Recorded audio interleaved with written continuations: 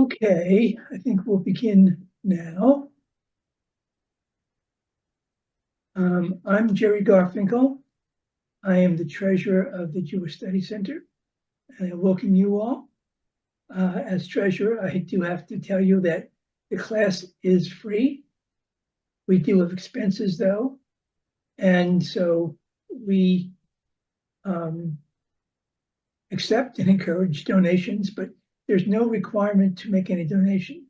But if you want to make a donation, go to our website, www.jewishstudycenter.org, and click on donate, and you can donate via your PayPal account or with a credit card, or you might send a check. If you say you want to send a check, the website will give you the address where to send your check.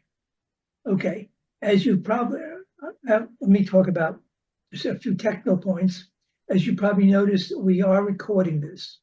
And after the class is over, I will edit out stuff that came before I began the session. And the recording will be posted on YouTube. And I'll send an email to everybody who's registered on where the recording is, and maybe some more information. We'll see about that. I've also put up, I believe, the closed captions. So if you have a problem hearing me or understanding me or Lesley or Mindy, you can look at the captions. You can also look at, you can also put on the full transcript if you wish, I believe. Everybody is muted, but we do want your questions and answers. Questions, not answers. We'll give you the answers. Your questions and comments. So put your questions or comments in the chat, address them to everybody. And sometimes you put a question and someone else will answer it actually. Or you put a comment and someone will comment on your comment.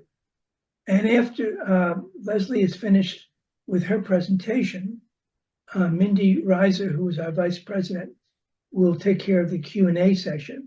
And she'll be looking at your questions and she'll make up some of her own questions. So with that, I will now turn it over to Mindy Reiser, and she'll introduce our speaker of the day. Okay, folks, we're delighted that you're spending tonight with us, and we know it's going to be an illuminating session. So let me read the very interesting bio of Lesley, and you'll see why we are so delighted to have her shepherd this conversation. Lesley Weiss is the Deputy Director of the National Coalition Supporting Eurasian Jewry. It used to be called the National Conference on Soviet Jewry, and some of you, including myself, went to demonstrations in various cities, including Washington, in support of Soviet Jews and their right to leave the Soviet Union. Lesley travels frequently to Eurasia and Eastern Europe, and she coordinates democracy initiatives, community education, and outreach efforts, and promotes partnerships between the American Jewish community and communities in Eurasia and other parts of the world. She monitors compliance by the governments of this region in areas of free immigration and religious and cultural rights. Lesley has extensive experience in program development and fundraising, community relations, legislative outreach, hate crimes training, combating anti-Semitism and Holocaust education. And she works closely with the governments and the Jewish communities in Eurasia on the restitution and preservation of Jewish community property. All of this to explain why is uniquely gifted to be a member of the U.S. delegation to the International Holocaust Remembrance Alliance. And she is going to speak to us about that. Let me just say a little bit more about Lesley. She was appointed by President Obama in January 2013 to the chair of the U.S. Commission for the Preservation of American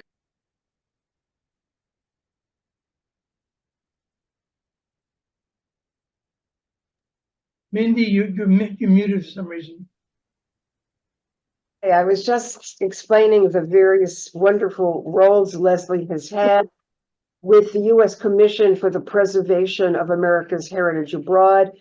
She was appointed as the chair. She was a member, and President Biden appointed her as a member of the commission again.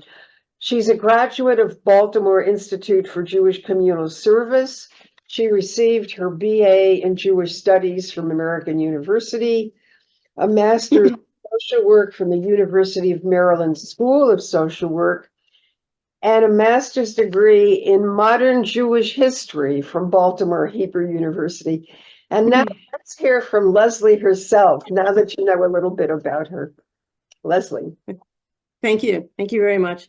And thank you. Thank both of you, Mindy and Jerry, for inviting me this evening, and for all of you who are participating. It's a pleasure to be here. As Mindy said, I'm here tonight to talk about the International Holocaust Remembrance Alliance. I can also talk about the other things that I do, but we'll leave that for the questions. I'm going to refer to it as IHRA. That's the initials. It's not as well known as some of the other international organizations, but it's an important one, and it's evolved over time into, I think, even a more important organization. It brings together governments and experts to advance and promote Holocaust education, research, and remembrance. It also addresses issues related to the genocide of the Roma. The membership of IHRA consists of 35 member countries and 10 observer countries, each of whom have stated that they are committed to strengthening the commitment of their governments, because remember, this is governmental level, the commitments of their governments to combat Holocaust denial, distortion, and anti-Semitism. It was founded in 1998 by the former Swedish Prime Minister Göran Persson.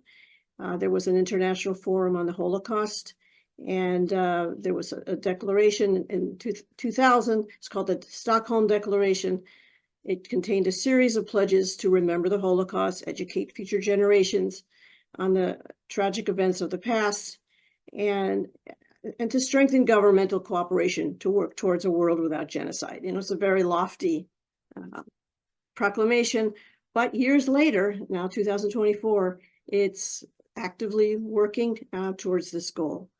The presidency of IHRA is held each year by a different member country. This year it was Croatia. Next year will be the UK. I've been to numerous ones in Budapest, Bucharest, Rome, and these countries take it very seriously, and they're watched very carefully too by all these member organizations. So they hold plenary meetings twice a year. So there's one in the capital of the particular country and then one in another city in that country.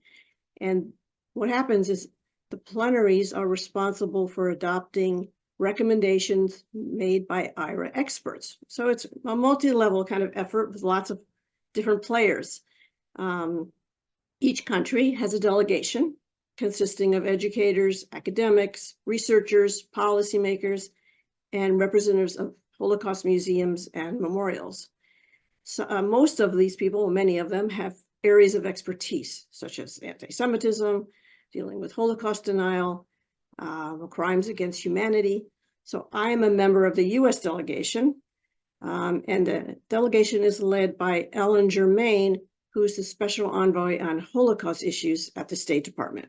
There's a deputy, and then there's some 8 members coming from various aspects of dealing with this subject. Some from the Holocaust Museum, from the Shoah Foundation.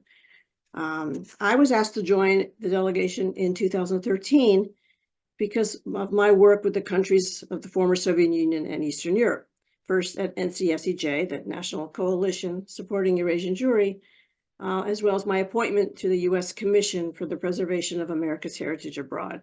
I think they were particularly interested in me from that point of view, because this is a governmental thing. So being an appointee to a government commission sort of fulfilled that requirement. And at the commission, we preserve and protect sites associated with Americans' heritage in the same countries many of the same countries that we're dealing with IHRA. My third area of maybe my background that gives me some expertise is on the value of Holocaust survivor testimony. As Mindy knows, my mother is a survivor of Auschwitz. She's 93, she's still speaking, and I've worked with her for many years on crafting testimony so that people can hear it and can understand it, whether it's children or others. And she continues to speak, and I handle and coordinate her speaking requests. So the delegates to IHRA, so we're talking about all these different countries are coming together, and they're divided or appointed into different working groups depending on expertise. So there's a working group called the academic working group. There's an education one, and then there's a memorials and museums. I'm on that one. There are also specialized committees on anti-Semitism and committee on Holocaust, genocide, and crimes against humanity. You see the common theme, and also genocide of the Roma. So twice a year, these countries come together. And I have to say that, when I started in 2013, I thought, okay, is this kind of a sleepy intergovernmental arrangement where people come and they're checking the box? But I think it really has evolved into something much more serious. And I've seen the caliber of the people there, particularly the government representatives, change and become much more involved and much more concerned. And also countries want to get on this alliance. They're not all invited in, but most of the countries want to come in because if they're pro-West, if they're a democracy, this is the place to be on this subject. So that's actually very encouraging. So Croatia holds the presidency until June, and I mentioned that UK takes over the presidency after that. And in November, I was in Zagreb, Croatia. And this was a different kind of meeting in that it happened after October 7th, right after October 7th.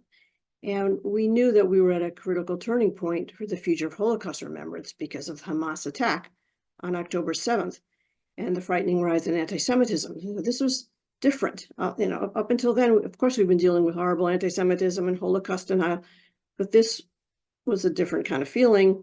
We knew that the Hamas attacks would weigh heavily on the deliberations. And they did. It was not possible to separate the work of Holocaust education and remembrance from the war in Israel. The delegates spent a significant amount of time discussing their reaction to the horrific attacks. Each country has their own incidents and demonstrations, and country after country reported on these anti-Israel demonstrations, primarily from the Western European countries and North America. Israel is a member country also, and spoke, passionately and eloquently about the two Yad Vashem historians who were taken hostage, one released and the other is still captive. So the IHRA has a global view then of the distortion of the Holocaust, and the delegates actively debate the use of language in teaching the Holocaust and also how it's portrayed in the various Holocaust museums that have developed around the world. There is generally solidarity among the 300 Jewish and non-Jewish delegates. I've met many of them. Some of them I've known from my other work. Others were new to me. But as we know, not every country represented has the best historical record on the Holocaust. And others are problematic concerning their government's equivocation about Israel today. So most people know of IHRA because there's this working definition that people have heard about, this working definition on anti-Semitism. In 2014, under the Romanian chairmanship, IHRA passed by consensus this working definition of anti-Semitism, which includes, for the first time, anti-Zionism as a major form of anti-Semitism. Now, of course, Jewish organizations have always included anti-Zionism as part of this, but this was the first time it was part of an intergovernmental deliberation, and I was there to watch who wanted it and who didn't want it, and it was very difficult getting it passed, but it did finally pass in 2014. And with the rise in global anti-Semitism, it was decided that there had to be a definition. We need to have some clarity about what anti-Semitism is. And so it provides a comprehensive and standardized understanding of contemporary anti-Semitism. To date, 43 UN member states and 33 IHRA member countries have adopted this definition, and more are adopting it every day. And we can talk a little bit about what that means. The UK was the very first to adopt the definition. And yeah, go ahead, Jerry. This is the actual definition. We can talk about it. The definition is very short. The controversial part, which should not be, are the other parts of it. So I have to get, screen is covered a little bit, so let me get this away. So the plenary in Bucharest decided to adopt the following non-legally binding, that's also important, working definition of anti-Semitism. It's a certain perception of Jews, which may be expressed as hatred toward Jews. Rhetorical and physical manifestations of anti-Semitism are directed towards Jewish or non-Jewish individuals, and the rest is, and or their property towards Jewish community institutions and religious facilities. So most of it is fairly fairly easy to understand. It's when you get down to the parts about Israel, and maybe you can scroll down. Let's see. Well, I'll just point out some of them. Accusing the Jews as people or Israel as a state of inventing or exaggerating the Holocaust. Accusing Jewish citizens of being more loyal to Israel or to the alleged priorities of Jews worldwide than to the interests of their own nations. Denying the Jewish people their right to self-determination by claiming that the existence of the state of Israel is a racist endeavor. Applying double standards by requiring of it a behavior not expected or demanded of any other democratic nation. Using the symbols and images associated with classic anti-Semitism to characterize Israel or Israelis. Drawing comparisons of a contemporary Israeli policy to that of the Nazis. Holding Jews collectively responsible for actions of the state of Israel. The rest are just more about attacks on schools and synagogues. And so to most people, this doesn't sound very controversial, but it was in passing it because it wasn't so much that this was being stated, but where it was being put. Those countries who were not so happy with this wanted it more like an addendum. It was, where it would be placed. It should be in the second part, not in the main part. But the Romanians and the United States and Canada and Israel, and trying to think who else, were very strong in pushing this through, and it was quite dramatic, more dramatic than usually these conferences are. We had Western governments, some running out of the room to go call their capitals because they didn't know what to do. Finally, it passed, and you can see how many countries and others have adopted it. So in addition to the UK, other international organizations today, including European Commission, European Parliament, Organization of American States, and many others have adopted it. Numerous regional and local governments in the United States and around the world, such as the city of Warsaw, Florence, Buenos Aires, Sao Paulo, Kosovo, and in the US, 89 cities and municipalities, recently Fort Lauderdale, Cincinnati, Kansas City, 35 United States. 8 out of the 10 provinces have adopted the definition, and the definition is part of President Biden's national strategy to combat anti-Semitism. So what does it mean to adopt it? Has different meanings to different people. This is government. So some would adopt it, some, and that's a good thing, but then there needs to be implementation. And that's where we're still working on it. There are some very good examples of implementation. Others, they don't quite know what to do with it, even though there is one thing that IHRA is good at is putting out handbooks on how to implement these kind of things. So under the German presidency, they're in cooperation with the European Commission, there's a handbook describing how the definition has been applied in the EU and the UK by governments and civil society. So there's a whole roadmap on how one can use this.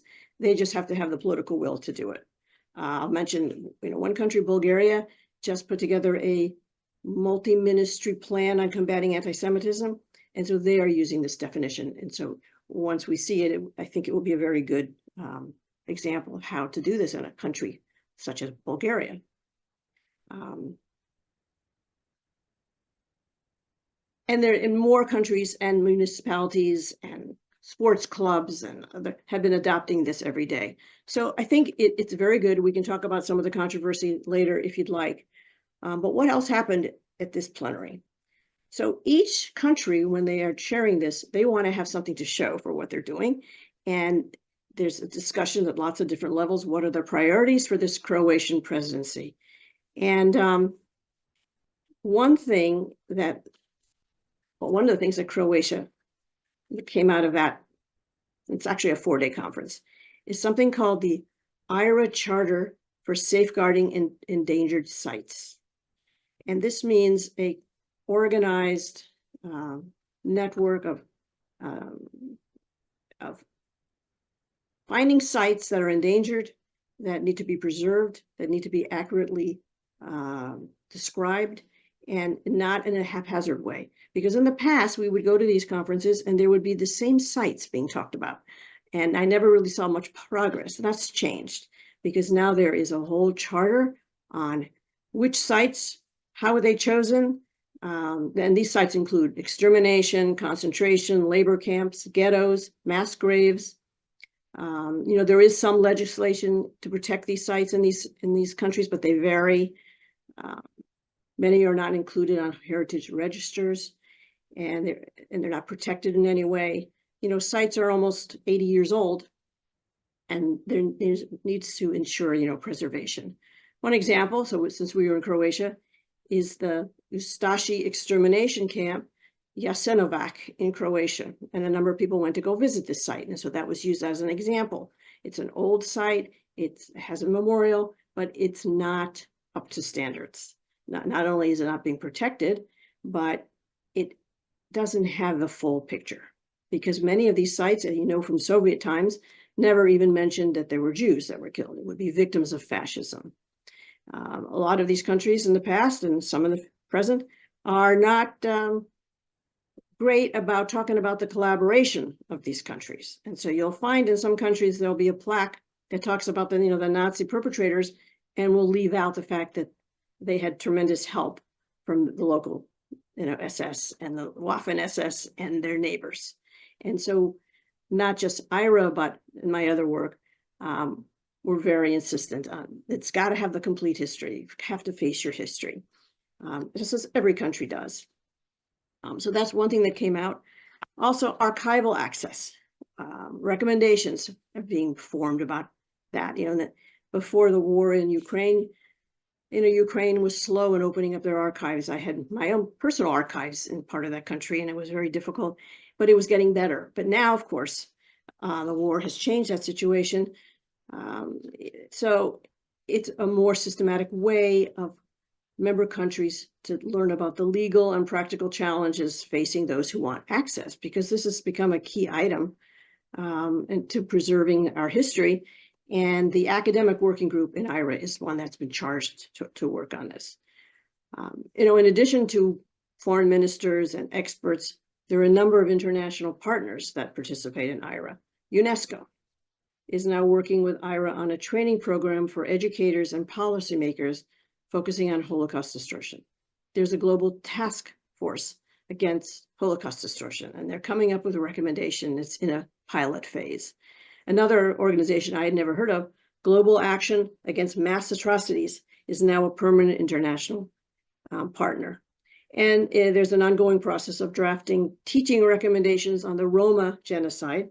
There's already a work that's called the Teaching Recommendations and Teaching the Holocaust, and that has been put together with the help of the Holocaust Museum in Washington, and it's a fabulous document, and it's available for government use, and they should put it in their Department of Ministry of Education, and that's available. There's a lot of resources available. The other things that came out of this conference, in addition to hearing about all the horrible reactions and anti-Israel demonstrations, is we survey, well, what's happening as far as your museums. Are people still visiting Holocaust Museum? And so there were reports of a decrease in visitors to Holocaust museums and memorials following October 7th. There were canceled educational programs, vandalism of Holocaust-related institutions. And so discussions are continuing, and I'm sure the UK will take this up in a major way, on how to use the tools of Holocaust education and remembrance and research as a bulwark against hate. I have to say that I've not seen that happen in Washington. I don't know about other museums, but the U.S. Holocaust Memorial Museum is still packed. It's still of great interest. Their programs are ongoing. And so fortunately, that has not been diminished as far as attendance. I know that we talked in the beginning about anti-Semitism and the whole question of does Holocaust education help, or is it not having an effect on combating anti-Semitism? And there are lots of things written on it. We've seen, I think in the Atlantic magazine, there was an article about how it's actually hurt the combating anti-Semitism. I don't know if I agree with that, but I thought I could spend a minute just talking about my perspective on this, and then, we can open it up. We don't need to read about statistics to know that there's been a drastic increase in anti-Semitism. We could just watch the news, and some of us has experienced it personally. And we can review the reasons why. All of us know the reasons why about anti-Semitism, but I like to quote Ambassador Deborah Lipstadt from the State Department. She describes anti-Semitism as a virus for which there is no cure that adapts to new situations and venues. It can be fought and contained, but never eradicated because it's so baked into societies. It flares up during times of war, political conflicts, and pandemics. It is reinforced by the need of a scapegoat and an effective social media delivery system like we've never seen before. Money from the Middle Eastern countries flows into universities, helped by propaganda and misinformation in general, not just the universities, from Russia, China, and Iran into countries around the world. So how can Holocaust education make a difference? So there's research being done on this topic. And the fact that IHRA this is such a priority, this is the reason they exist, I think is very good, that there are tools there that can be utilized. It's just right now a very difficult time and they're struggling, but I can only speak from my own experience. As you know, I have many years of working in Jewish defense organizations, and one can easily despair. I grew up in this, as you heard, the survivor of the Holocaust, who witnessed the genocide of the Jewish people firsthand for many months in Birkenau. But despite her tragic experience and very pessimistic worldview, I am more optimistic. Maybe it's because I'm so involved in so many different areas in combating this with like-minded people who are not all Jewish. And I'm working with governments, I'm working with civil society, despite what we've seen on the streets with the demonstration. Most people are still very interested in the Holocaust. And I think, however, there is a great ignorance about the history of the Jewish people and the state of Israel and the Holocaust. That is for sure. But whether it's been working on training police on hate crimes or working with Catholic school educators on the Christian roots of anti-Semitism, this has been my experience, forming coalitions with Black clergy and educators about prejudice, or for the past 24 years at NCSEJ, working closely with governments, like I do at IHRA, from the former Soviet Union, from Eastern Europe, where the Holocaust happened, on anti-Semitism and extremism, on their Holocaust distortion and denial. We have these conversations, and also about the importance of Israel. And I've seen the change, not from everyone, but from ignorance to a better understanding of what it means, what the Holocaust meant, and they're becoming closer allies with world Jewry and Israel. Some of it, of course, we do through legislation, some through interventions, some through some very hard pressing press releases, but it's always accompanied by education. And I think that this is shown in the work of my organization. It's also reflected in the work of IHRA.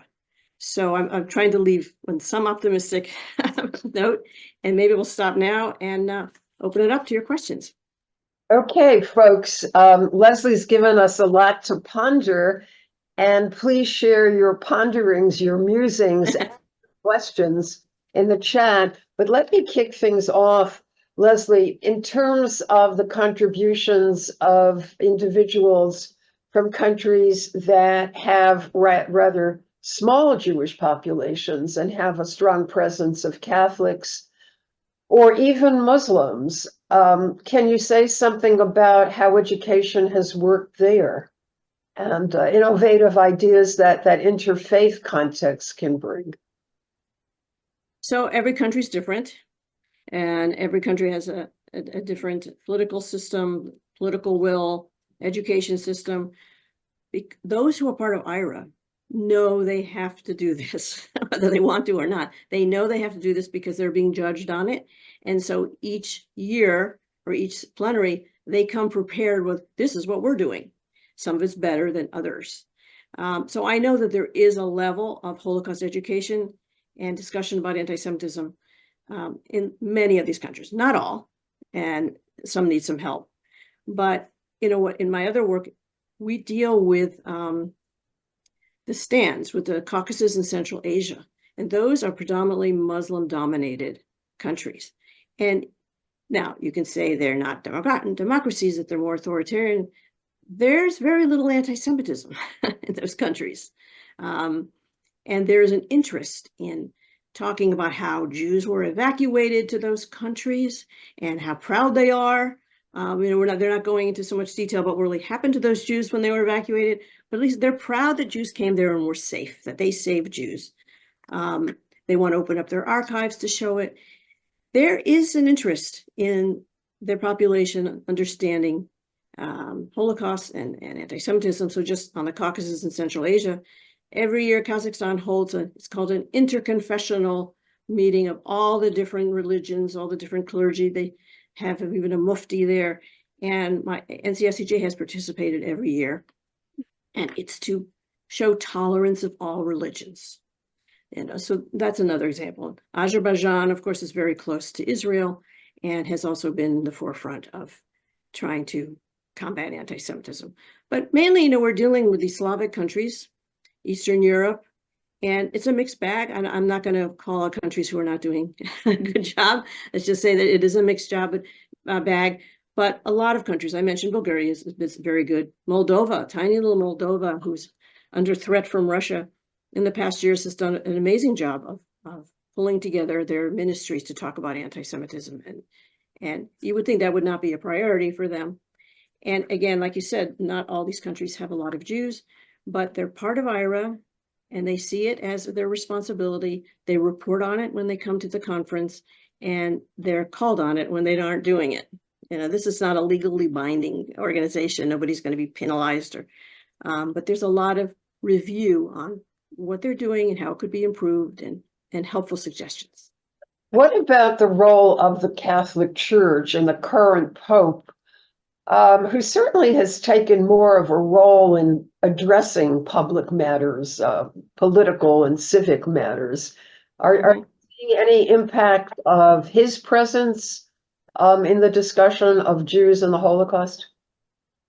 Well, it just so happens, and this has to do with my previous life, I worked for many years for the Anti-Defamation League and started a program called Bearing Witness, and it's still going on.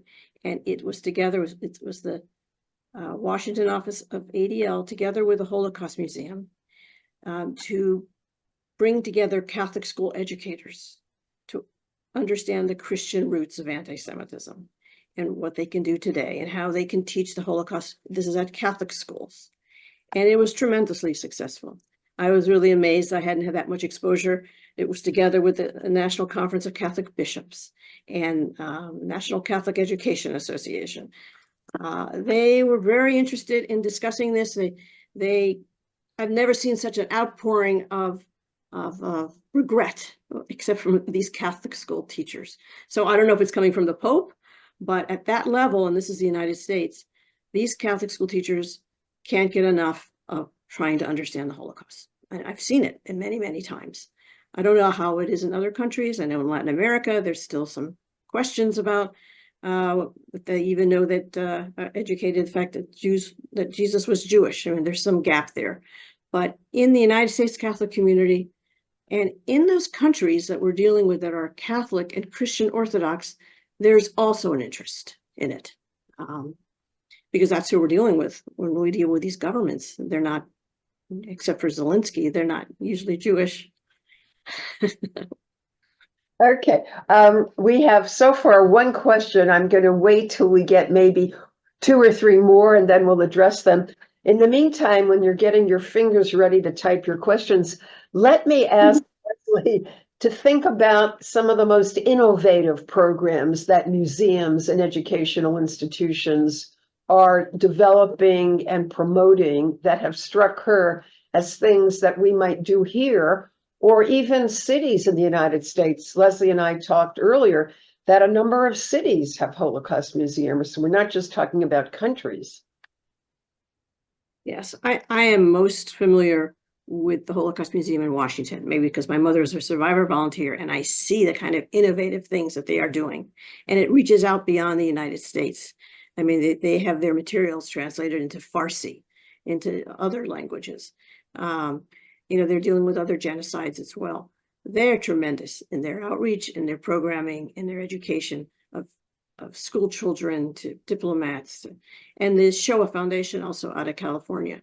So I would say the United States is doing really well. We really have the resources. Other countries come to learn from that. They don't have the same funding and the resources to have these large museums. Now, I've been to probably all of them. Whenever I go to a country, I end up going to the Holocaust Museum. South Africa and Cape Town is an excellent museum. They all have educational programs attached. I think the challenge is getting people to come to it, and besides Jews, and I think that IHRA does help in that effort. So other countries are looking to build museums. Now, for example, in Poland, they have this fabulous Jewish history, this Museum of Polish Jewish History. It's not on the Holocaust, but it's about the whole intertwining of Jewish life historically with Poles. They also have lots of other sites, lots of museums that deal with what happened in Poland. It's not a perfect picture there, but they've done tremendously on educating the Holocaust and Jewish heritage issues. Done that, even though they've had problems, with some government interference. It's now they have a new government, and we're hopeful that some of those problems in the past will diminish. Well, this takes a great opportunity to further the question that David has posed. What is the latest status of Poland with regard to taking responsibility for their role in the Holocaust? It seems that they are, but please expand on that. Yeah. So it's a dichotomy in Poland, like I said. On the one hand, they have these fabulous museums that when they have their day of, what is it called? The liberation of the Warsaw Ghetto. It isn't just the Jews that are commemorating it. The whole city of Warsaw comes out. So they're all wearing these little buttons. Everybody feels that, that they want to commemorate this and understand this, and nobody's embarrassed about it. So there's this dichotomy of lots of work on preservation of Jewish heritage and the Holocaust. And yet, in the past, there has been this problem with some of the governments that have been in power, just not being able to accept that there was some individual Poles that were complicit in the Holocaust. And it's a complicated situation because as a government, they were not allies of Nazi Germany. They were occupied, and they were considered slaves also. It doesn't take away the fact that there were many Poles, as we know, that did persecute Jews. And it's been a struggle because unfortunately the past government decided to penalize those who are making those claims. And so it's gotten into the legal system. We're hopeful that that's changing, but I think it's just a very complicated history. And it's not just Poland. There are other countries that have a hard time facing what some of their compatriots did during the war, even if they also suffered. Yes, indeed, it's complex. Well, let me turn to Jack Wasserman's question. Why do so many American Canadian universities resist adopting the IHRA definition of anti-Semitism? That's not a simple question or the answer. No, right. And I can't tell you about each one of them, but of course, what I had said before about the outpouring or the inpouring of funding coming from the Middle East to some of the elite schools. And I mentioned that Canada has adopted the IHRA definition, but universities are slow in doing this. We've seen this. I think that I know of one. I think in Boston, they adopted it. And I get calls from folks saying, how can we get this university to adopt the IHRA definition? Well, I am not working in that level, so I turn them over to someone else, maybe the local Jewish Community Council or someone else who can actually go there, ADL, and start pushing that. Our hope is that if Canada, and you mentioned Canada, is adopting it at the governmental level, that these universities will then think it's in their interest or it's something that they should do. But these are democracies, so everyone's going to do what they see best. And of course, what's happening now on the campuses, as we all know, has been just a wake-up call. But I would add that my mom has spoken to diversity, equity, and inclusion administrators. Now, it was sponsored by a Jewish group, and there were some Palestinian directors there. They're African Americans. She spoke last summer, I think it was, and she was so well received. There was, I was a little nervous, what is she going to get, because this was right after October 7th. But they couldn't have been kinder and nicer and wanting advice from her about what do we tell our students and how do we explain this and hugging her. And so this is just anecdotal, of what I've seen. And she'll be speaking to them again in a few months, a different group. Okay. All right. Someone named Susan Levin is citing a study, but she doesn't cite what that study is. States that 63% of a nationwide study in the US showed a lack of basic knowledge of the Holocaust among people under 40. And then how can we indicate that we should be proud of our efforts? Right. Well, we shouldn't stop doing it for sure. And yes, there's absolutely I'm not surprised because of the school systems are not teaching it well. They're not teaching really a lot of parts of history that well. They don't have time. They don't have training. There is actually going to be there's a legislation being introduced in Congress that is going to ask Holocaust museums to do a survey on which school systems are teaching it. Now, the problem with the legislation is that it doesn't come with any money attached, so I'm not quite sure how that's going to work. But, there's the Anti-Semitism Task Force in Congress. There's a lot of different groups that are dealing with anti-Semitism right now, and they're all coming up with different ideas. There are numerous Holocaust museums, as we said, across the country. They're also trying to reach out to schools. It's just a constant effort. And to add to some pessimistic view is the survivors are dying. And they're not going to have this first person testimony. So it's a challenge, and it's not just in other countries, it's in our country too. But I'm gratified just for my own experience, where my mother is in such high demand. And if she could travel, she would go to other places, but she's not. And she's spoken to high schools, junior highs, and we limit it. We're not going to go to elementary school. She just spoke to 500 boys at the Landon School in Bethesda. There's only a handful of Jews there, and it was incredible. So it's just, you have to keep at it. And I think groups like IHRA and the ADL and Holocaust Museum, that's what they're here for. Okay, we're informed, again, I guess by Susan Levin, that the bill on establishing a survey, and she says here the Holocaust Museum should do the survey. I'm not sure if that's the stipulation, but she said that nothing much is going on with that. So it's a long process. it's true, it was introduced with a lot of fanfare. And, you know, there have been, I guess, I'm not going to make excuses for Congress. It hasn't passed yet, but there, you know, it will. It takes a while. You know, I think it was a bipartisan effort. There's also a new letter that's being circulated, and Jewish organizations are being asked to sign on. It has to do with Congress adopting the IHRA definition, because they have not done that yet. But again, it's at a high level, and all the stuff has to filter down. You know, there has to be implementation, just like in any other country. The United States also has to implement. So I think it's up to all of us to encourage Congress and others to do this. I know even in school systems, there should be, if there's such an interest in IHRA, then the school system should be teaching it in some way. Okay. And I think it's parents that, you know, and school boards to lobby for that.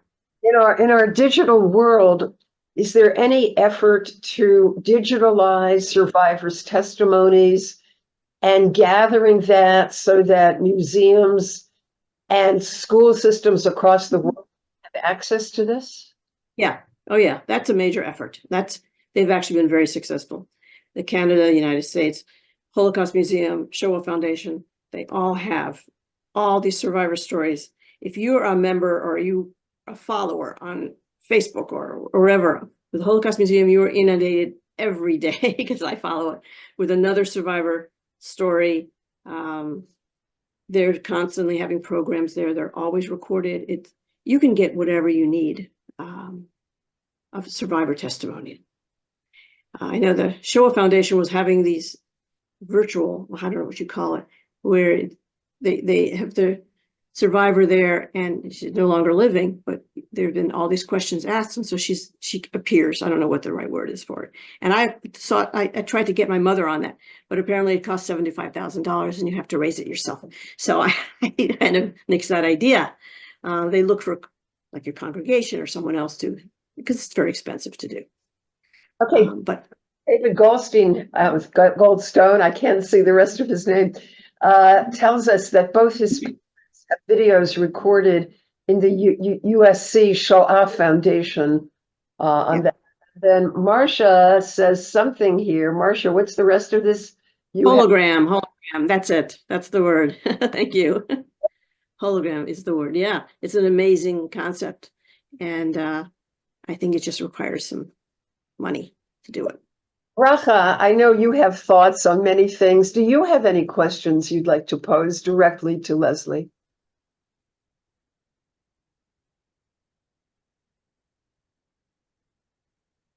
No? You're muted, Bracha.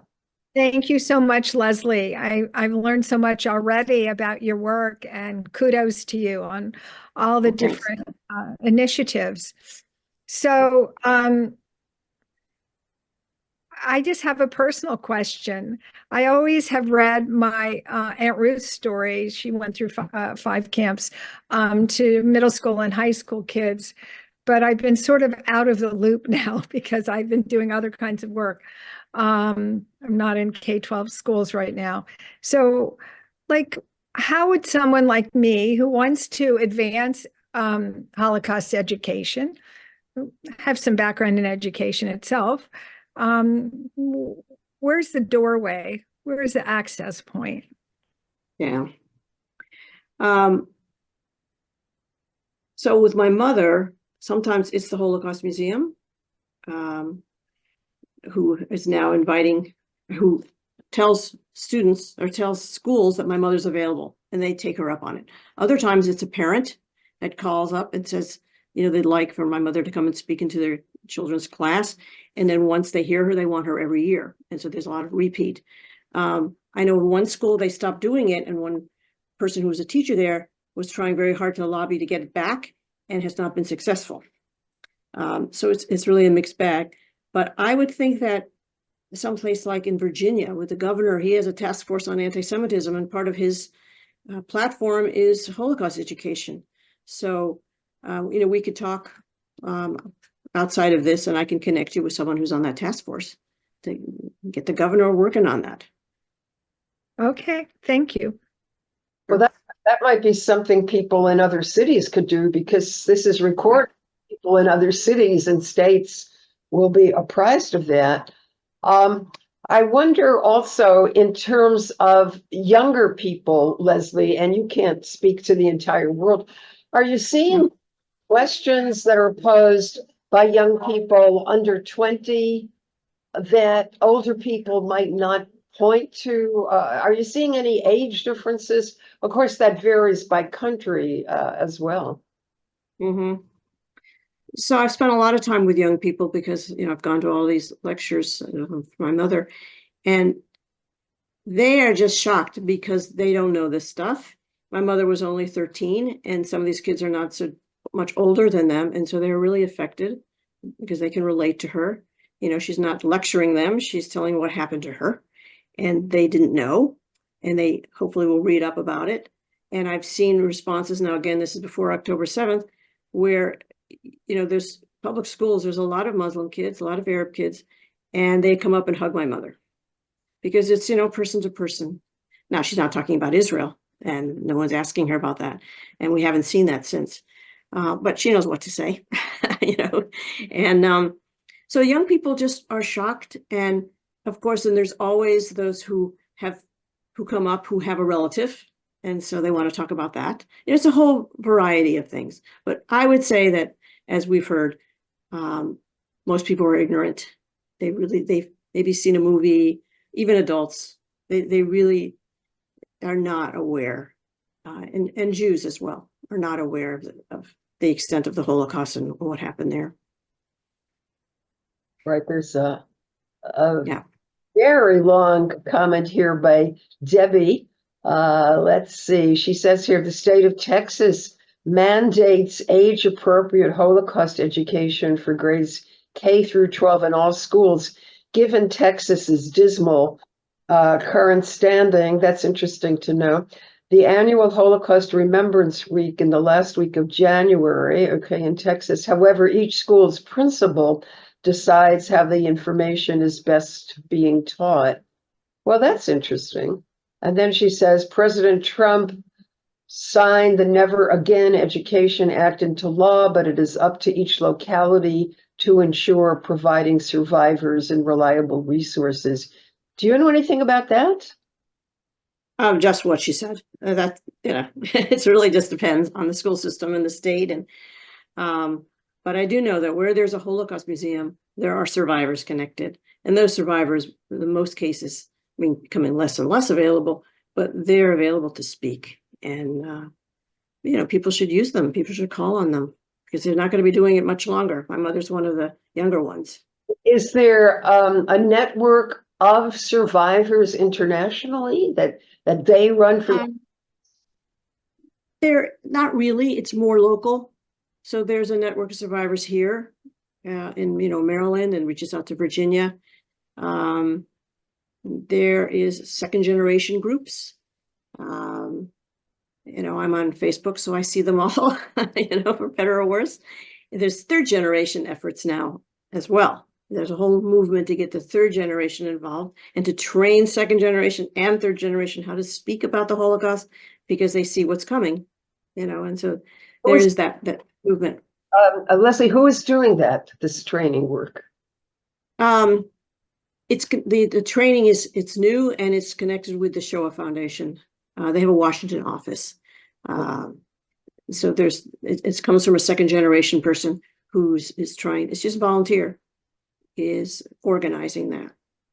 Well, and it's good to know. That's something to follow.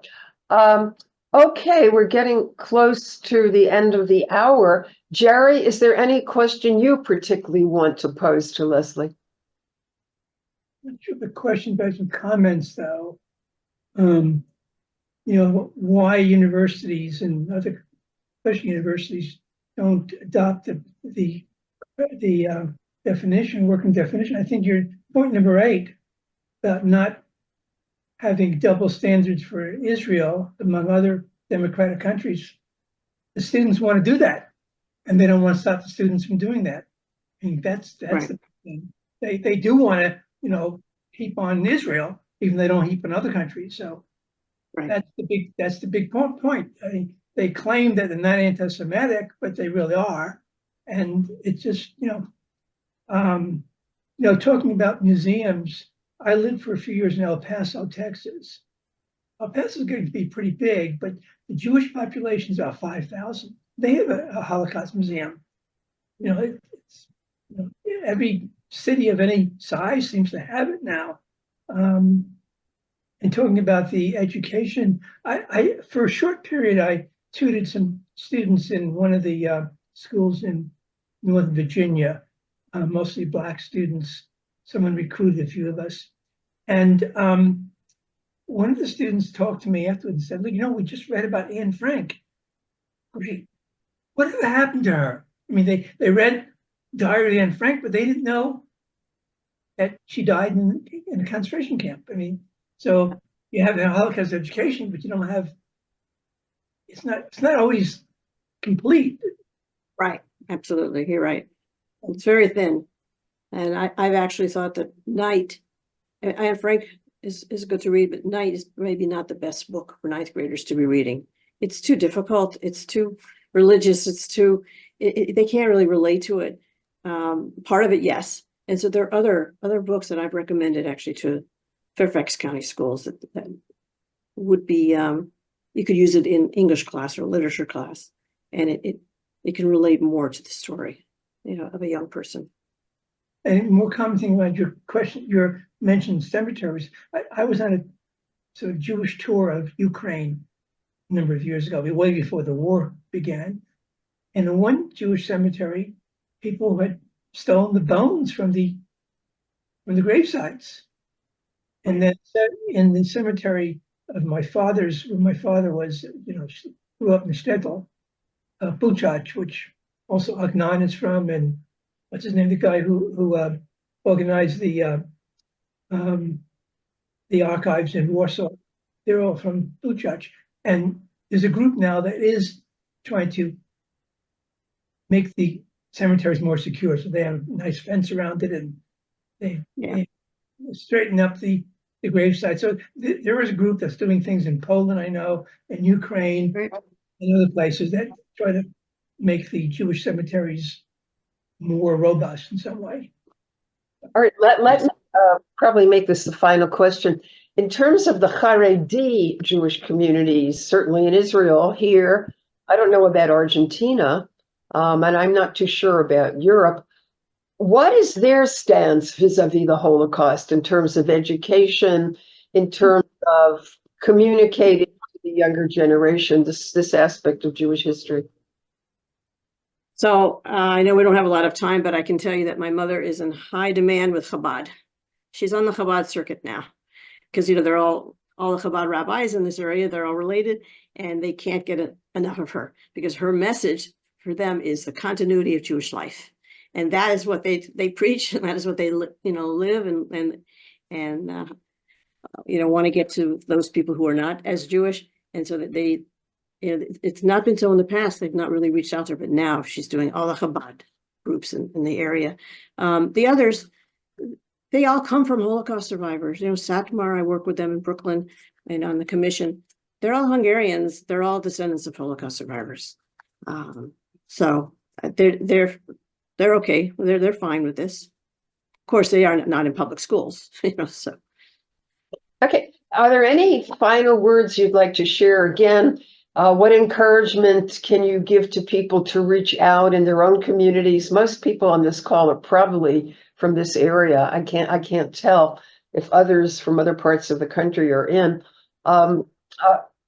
Again, you talked about a governor's commission, or maybe there's a municipal commission. Any other thoughts where to go to share your interest in helping people learn and see steps that can be taken to prevent the recurrence of incidents that led to the Holocaust? Well, it's a tough time, but it shouldn't prevent us from working harder. Go to your school, your school superintendent, principal, member of Congress. I don't know whether they'll listen or they'll do it, but I think you need to do it. I think And also, you don't have to do it alone. You can go to these Jewish organizations that are very involved with that. Go to your local Jewish Federation or ADL or American Jewish Committee. They're all actively involved in this area because I know I work closely with them. So if you don't want to, it's hard to do it by yourself, but connect with the Jewish community and work together and see how you can make a difference. Andy's telling us that he, I can't tell, these names no longer give us a clue to gender identification. Andy's from West Palm Beach, Florida. Thank you, Andy. Again, interesting perhaps to partner with Hispanic organizations in different parts of the country. And they have certainly tales of discrimination that are pretty frightening as well. And they have stories to tell and things to share with us. So I think then we will bring this part of our conversation to a close. I'm sure Lesley would be glad to hear from you. She's not that hard to find. Jared, do you want to say anything else? Yep, you're on mute. Unmute yourself, Jared. I just took a quick look at the registrations, and I think everybody is from either US or Canada. Lots of places in the US and lots of places in Canada. But we have, probably because it's, a weekday evening, we don't have people from outside of North America. We sometimes do. So again, I'll just thank you, Lesley. In the email, and also thank you, Mindy, for great questions. In the email I'll send out about where the recording is, I'll also try to put some information about, where to find website and stuff of IHRA, as you call it, where the agency goes silent, obviously, and your and the I